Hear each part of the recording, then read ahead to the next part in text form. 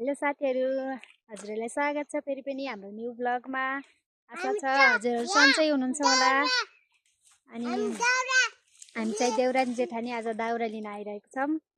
दाउरा पोरै काटेर राखेको दाउरा थियो अनि पोर काँचै लैजान भन्दा सुकेसी हल्का हुन्छ, घरलाई र एकैचोटी बाल्न सजिलो हुन्छ भनेर अहिले दाउरा लिन आएको छौं। हामी घरबाट धेरै टाढा त छैन, खेत नै हो, पहिला खेतै थियो पहिला यो, पछि चाहिँ रुखहरू रोपेर जंगल जस्तै भएको छ।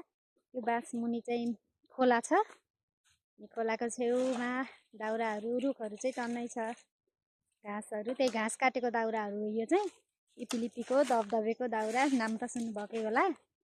यस काटेर यहाँ चाङ्लाएर राखेको थियौँ। देउरानीले भारी हाल्दै छिन्, म चाहिँ भिडियो गराउँदै बस्दै। अनि यता छोरो छ, म दाउरामा बसेछु भन्दैछ छोरोले।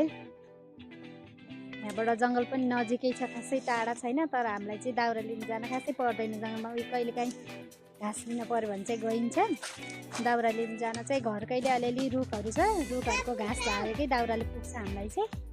कहिलेकाहीँ साथी सँगसँग रमाइलोको लागि चाहिँ जान्छौँ हामी, नत्र दाउरै लिन भनेर चाहिँ जानु पर्दैन। रमाइलो छ ठाउँ, हरियाली चारैतिर। देउरानी चाहिँ भारी हाल्दैछिन्।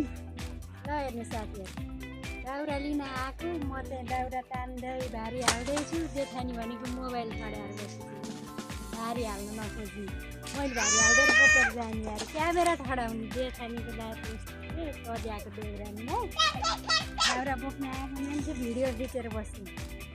के हेर्ने, गाउँले जिन्दगी, दाउरा बोक्नै पर्यो, काट्नै पर्यो, काले खान कुडो पकाउनु पर्यो, दुध दुहेर तताउनु पर्यो, आगो बाल्न पर्यो, दाउरा चाहिँ के गर्ने। यस्तै छ।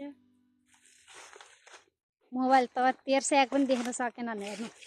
देउरानी भनेको यस्ता हुँदो रहेछन्, मोबाइल तेर्साई भनेर उहाँ भारी हाल्न पर्यो भनेर विचित्र छ जलेर।